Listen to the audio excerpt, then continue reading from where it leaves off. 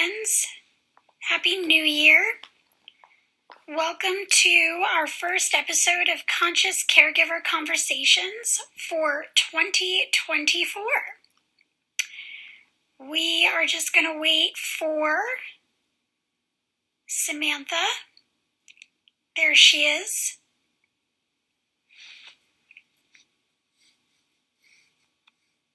Just give her a minute to pop on.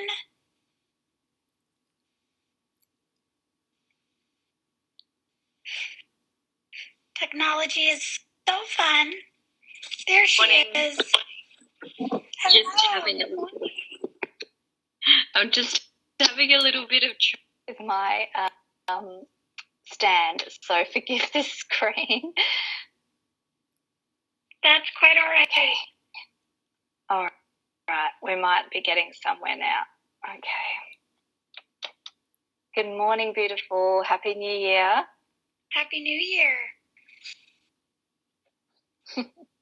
I know it hasn't been blissful for either of us, so I think I'd like to think that we're dealing with just some remnants of 2023, purging them all out before the new moon on the 11th, and then we'll be right to go. Yeah, I really hope so too. It's been a turbulent start to the year. Yes, it has.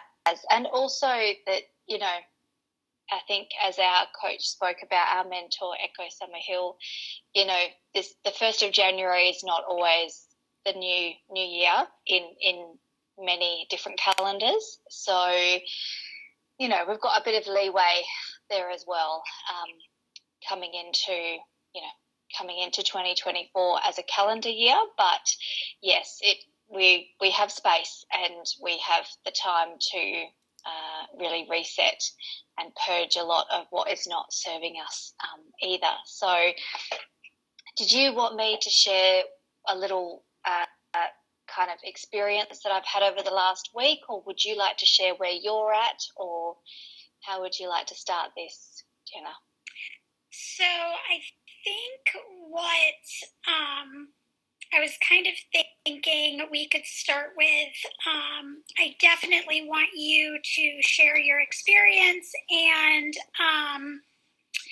I think it would be really awesome. The cool thing about when we share our experiences is that not only can we share how doing this work has impacted us and what that actually looks like, but then we can also give you some tools for your toolbox that you can start playing with and all that kind of stuff. And certainly, if you are doing this work or you're starting to do this work and you want to go deeper, that's definitely where we would recommend closer proximity containers with, either one or both of us.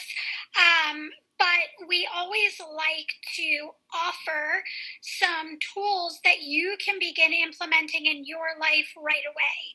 And kind of get started with the process, and then there's always room and opportunities to be in even closer proximity and go even deeper and, really embody this work on another level.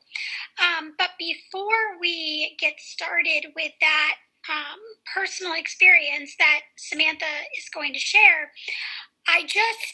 because this is the first live of 2024, I wanted to just kind of offer this opportunity to set intentions for the year. And when I talk about intentions, I'm not necessarily talking about New Year's resolutions or anything like that.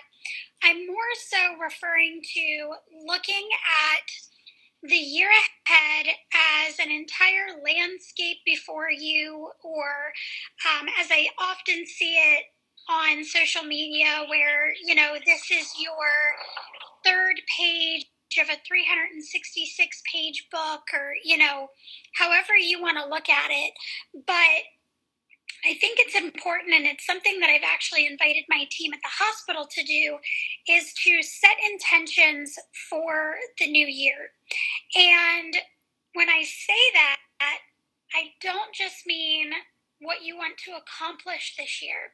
Because the more that I've done this work, the more that I've realized that even though there's still physical work, there's still physical labor, if you will, that we are going to do throughout the year and things that we would like to accomplish, it's really a lot more about how you want to feel, how you desire to show up, who you desire to be, how you want to respond to challenging circumstances, the personal growth in how you show up and who you desire to be.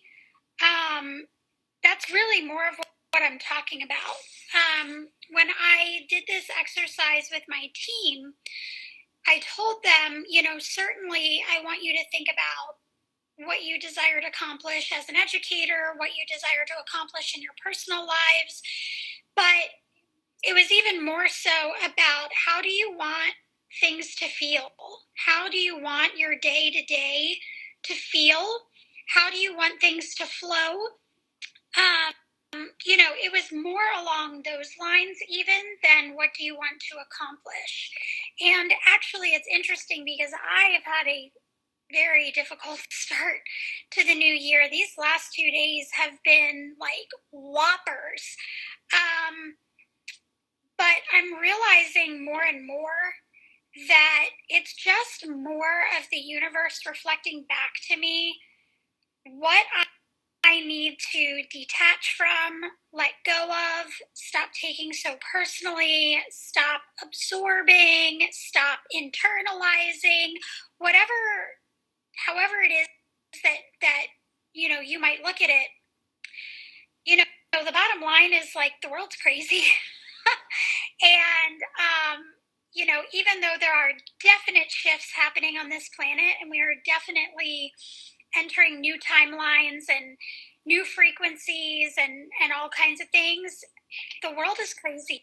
And one of the things that Echo also talked about, which I'm kind of seeing in my environment, is that for those of us who've been doing the work, we're kind of like okay with, the way things are going. Like things come up to us and we're like, oh, okay, and we just figure out our next course of action. Like we just kind of navigate it, and we're pretty good at like not letting what used to derail us or what has a tendency to derail people in general derail us now. But those around us who are not as conscious and haven't been doing the work, they're getting completely derailed. And so, like, I'm seeing that show up for me. One of the challenges and one of the things that I'm still having to grow through and navigate is not getting sucked into it. Because even in reflecting on the last couple of days, I'm noticing that like I immediately go to that place of like, oh my goodness, I need to fix it, or oh my goodness, I have to do this, or I have to do that, or I can't believe this happened, and it's like I know better. But it's easy when you are in the world, like it's so easy for us to be in this cocoon and be like, everything's great, I'm doing my meditation and I'm connecting with source, and but like our mentor, she's really focusing on embodiment, and that's really what it's all about, right? Like it's super easy to be that super spiritual woo woo everything's great person when you're in your cocoon, but you've got to then take that out into the world and be that same individual when you're now surrounded by chaos and craziness and all the things. So I've just like, as frustrating as the last couple of days have been, that all plays into my intentions for 2024 are, I guess to some degree, I'm similar to Echo in that I hope to embody more. But along with that, like, just, I'm very empathic. A lot of us are. And I do a lot of like wanting to protect others' feelings and not wanting to, you know, I don't like for others to suffer, and I don't, whenever I feel like I'm the source of that suffering, like I want to fix it, so I'm like trying to talk to somebody about something that I'd like to see them do better or differently, and then I sense their reaction and I immediately want to shift what I'm saying, and I have to stop doing stuff like that. We're responsible for ourselves and how we show up. We're not responsible for how someone else receives it. And certainly, it goes without saying that you don't just show up and be this jerk and then be like, oh, well, you're responsible for how you received that. Like, it's not that energy, but it's the energy of like, I'm a director. I have employees. I have a responsibility to my department, to my employees, to the facility to make sure that we are showing up and performing to the best of our ability. And if I feel as though somebody could improve or there's an opportunity for coaching or whatever it might be, they might not like what I have to say. That's on them. I have to stop like trying to recover that. Because at the end of the day, none of us are perfect. We all have opportunities for improvement. We all have opportunities where we can do better. And yeah, so all that to say, that plays into our intentions. And then the other thing that I was really, really careful to share with my employees as well is, you can make these intentions, and I think it's really important to set and focus that energy where you would like it to go and where you want to see, great things happen in your life or growth happen in your life, but also be flexible enough to allow whatever is meant to come. So, and I told them, I said, my perfect example is 2023. I declared 2023 the year of me. And I thought this was going to be like my great emergence as my most authentic self. And what it ended up being was a whole crap load of healing on a whole nother level that I did not expect.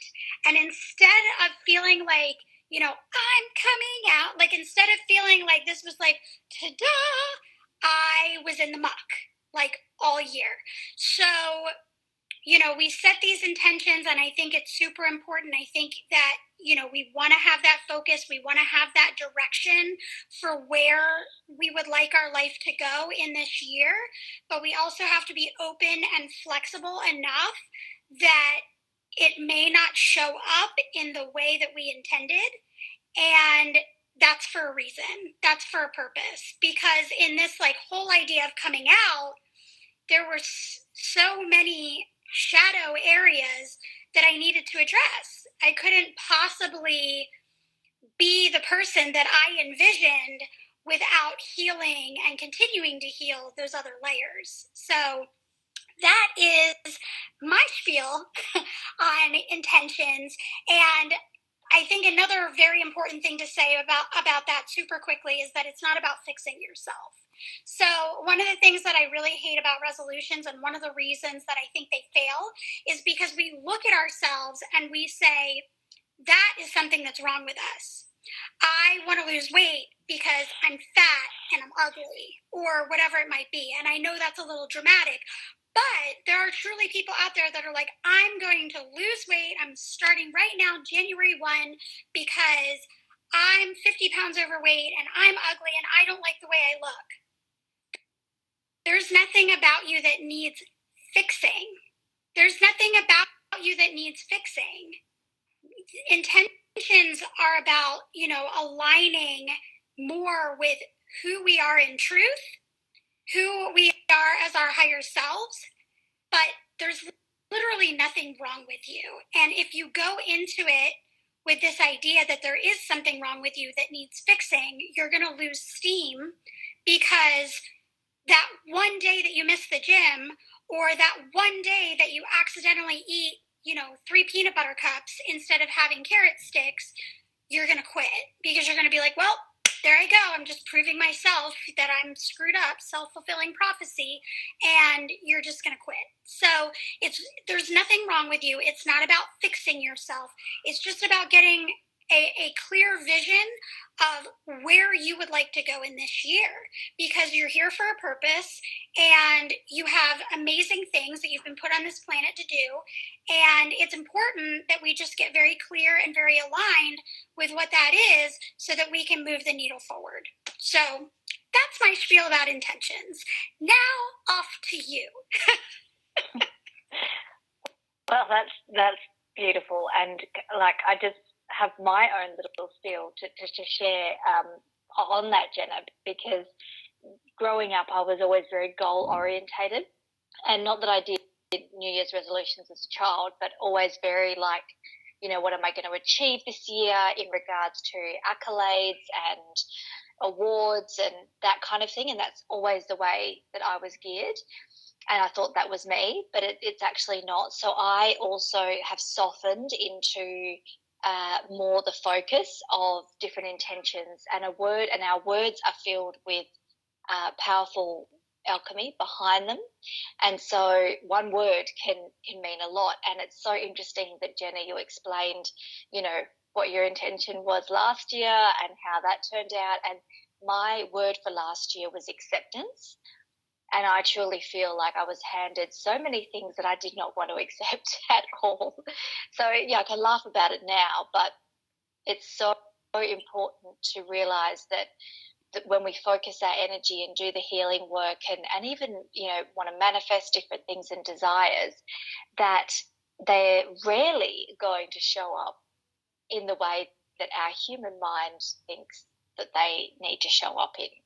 And I think it's really important to acknowledge that, because so often we can feel like, well, we've failed, or we haven't got what we needed, or the universe sucks, or whatever, rather than actually realizing that everything is happening for us and for us to grow into exactly the person we're meant to be. And you're right, of course, Jenna, that right now we're exactly as we're meant to be in this moment.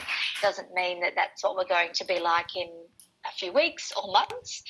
And certainly as a new moon peaks, I'm pretty sure it's the 11th of January, I personally have felt a lot arising, a lot of deep emotions arising, and I'm like, it's the start of the year, I don't want to feel like this.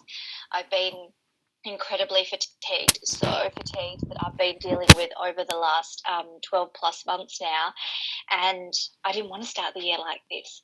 But rather than trying to block it and be like, no, I don't want to feel like this, it's actually softening into it, and it's actually accepting, this is where I'm at, what is this here to teach me?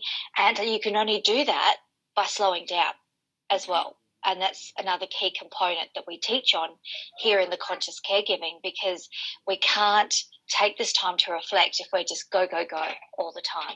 We're just reacting to things. So that's my little 2 cents on intentions. And I totally agree with everything you said there, Jenna. And it's so interesting how it's shown up differently in each of our lives, but it's the same. Like, it's the same principles behind it. So I also just want to say hi to Henry, who's hopped on, and I think it was Rena that hopped on before as well. So thank you. I'm just reading Henry's, my word for last year was expression, and I was thinking it would be all physical expression, but it was a lot of mental and verbal. Exactly. It can come across so as it's meant to be. And if we stop forcing and fighting what has shown up, then we actually get the opportunities to grow and move through with a lot more grace, even though it doesn't often feel easy or graceful in saying that. So I just want to finish off with sharing an experience that happened in my clinical setting. I'm going to keep the details really, really simple, because obviously I still work at the hospital that I practice at, but also because this is not about the particular traumatic incident that happened. So basically, New Year's Eve, we had a very traumatic case come to theatre, and interestingly enough, sorry, my daughter's in the background, I hope you can hear me over her. Interestingly enough, about 12 months ago, it was actually Christmas Eve last year, so not 2023 but 2022, I dealt with a very, very similar traumatic case. And often in our healing journey, and I was talking to Jenna about this, often in our healing journey, we don't really know, or we can't really verbalize the difference of what this work does. Like, it's very hard to find the words because it's such deep personal work.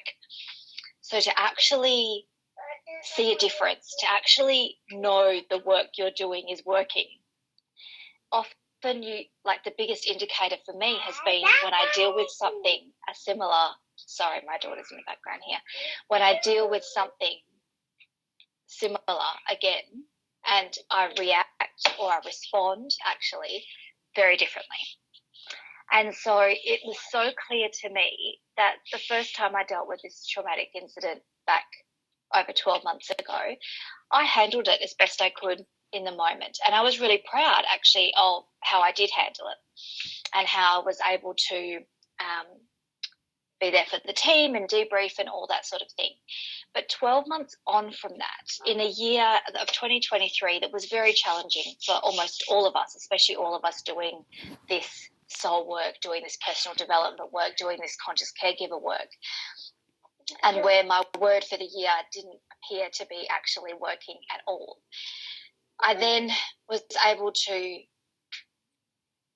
go through this traumatic incident in theatre and be able to nourish myself, my team, to see how different responses were happening from different team members, from my different colleagues, and actually not judge them, because there were actually some quite volatile responses that were coming from my team, and not judge them either, because it is easy to fall into the, oh, I'm all, non-judgmental and woo-woo, and look at you need to do some work. Like, it is easy to fall into that area too. But it was really sitting in a non-judgment space and able to give compassion and able to give understanding when I was, still needing to do my clinical practice in theatre for what was needed. And I believe I was able to be there for the patient in a way that was very empathetic and very caring and very understanding and respectful. But I was able to leave my shift also and not need to take it home and not need to dwell on it and not need to repeat, the scenes over and over again, to not need to put myself into the patient's shoes at all. I don't need to do that to be a respectful and caring professional. And the biggest thing here is that Jenna and I could tell you how to do this. Like, Jenna and I could be, you just need to let it go. You need to debrief. Like, you need to do a lot of the practical things that we do believe in, and that a lot of, hospitals and a lot of clinical settings now will work on different things. But you need to be doing the work in here, and you need to be able to connect to your heart and understand your emotional triggers and understand your reactions to things in order to then be able to provide the kind of care you want to. And I'm probably still not describing this very well either. I'm not sure, Jenna, how that came across, but it's so definitive when you go from experiencing a one situation and then experiencing a similar situation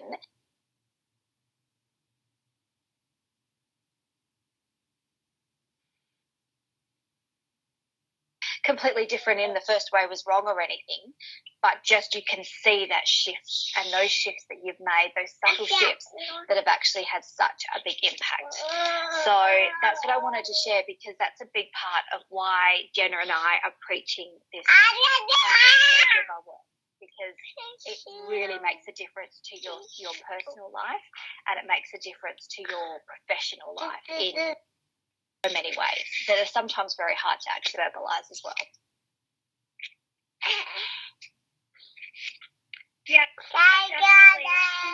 One of the things that Samantha really talked about with regard to navigating challenging situations is really learning how to become the observer, like really learning how to not become the emotion, but become the observer of your emotions and be a little more detached from that. Your emotions are definitely a part of you, and they're definitely going to guide and help you navigate situations, but it's really learning more about, what are the root of those emotions? Where do they come from? Because a lot of times they do come from past circumstances that we've had to navigate through, whether it's traumas of various types or just different circumstances that we've found ourselves in and what we've had to navigate through. That is often why those things emerge when we're confronted with a similar circumstance.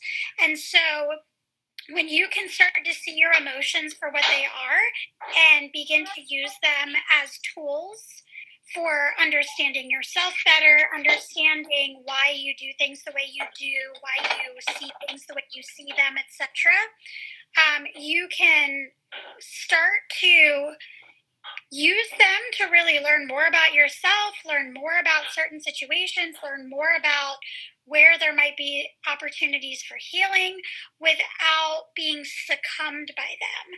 And I think that that is really a very important distinction, because I do think that that is a big reason, and I am not in any way negating mental health. If you know anything about me or you follow my story at all, you know that I've suffered from a long history of anxiety and depression.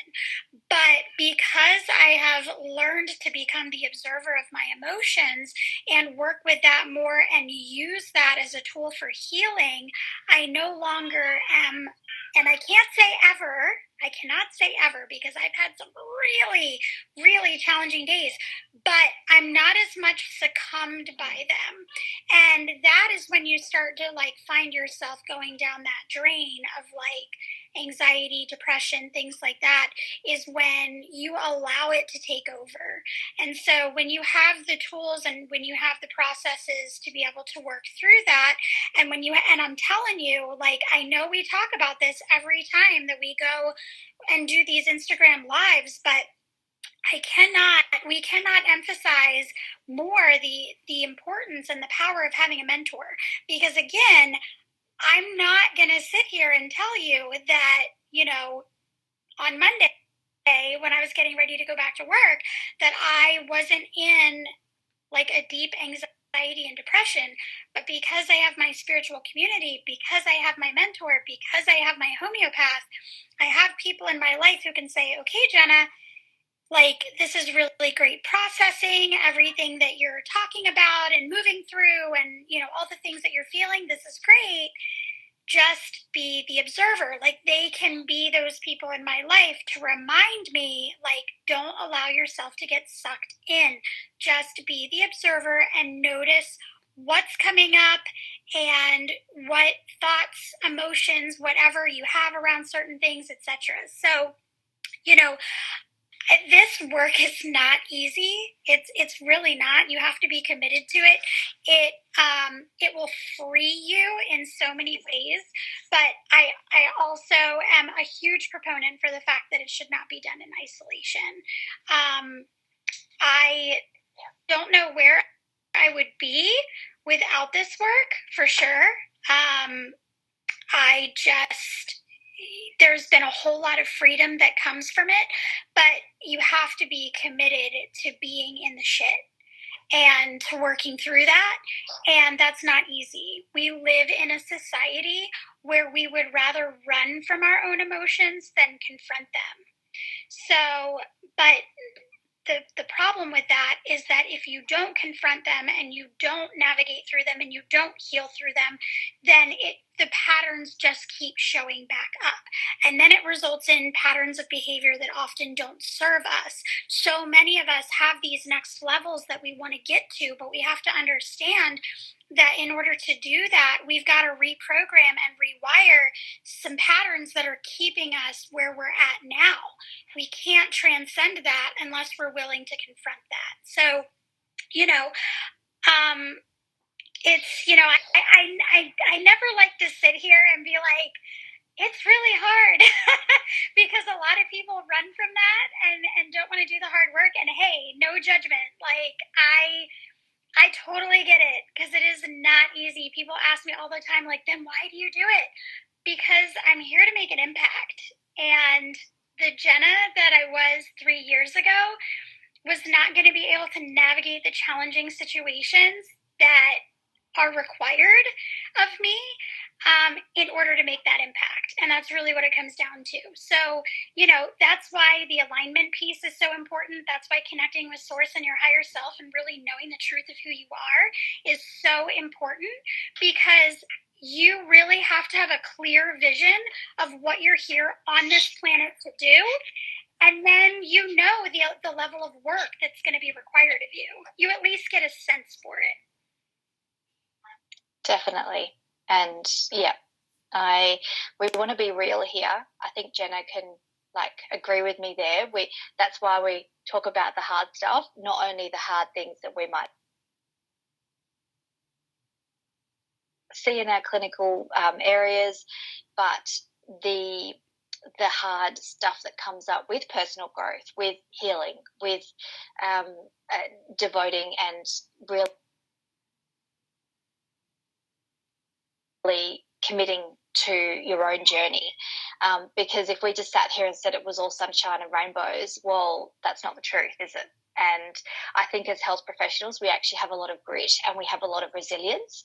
And it's just channeling that to prioritise ourselves and our own well-being in ways that we've never perhaps been taught before, or in ways that we've never sort of realised before. And I also just want to say, Jenna, I'm not sure if you can see, but I think we've got Andrea Cox, Blonde Brochet, we've got Luck3333 joined, and Alana Banana, who's one of my beautiful nursing colleagues, have joined. So thank you everyone who has joined as well. We do try and acknowledge those people. Oh, I've got Laurie Jack just joined as well. So we do try and acknowledge those people who have hopped on live, and with our replays obviously being up on YouTube as well. So if you find any of our content very touching or has made an impact with you, or you would like to share, please do, because spreading this word far and wide is actually what is going to change the health industry, change the systems that we often fight against. And I might have to go, Jenna, because my daughter's snuck into my room again. So I might have to go, but you continue on and close off how you would like to. All right, sounds good. Well, I think this is a perfect opportunity to wrap up. We talked about intentions this week. It is the first live of 2024. So just setting intentions, not just for what you want to accomplish this year professionally, but also just how you want this year to feel, the things you want to navigate, the growth you desire to experience, all the things that you wish to achieve just from the perspective of how you want to show up and who you want to be in this life. That's really what it's all about. And then, again, the work is the work.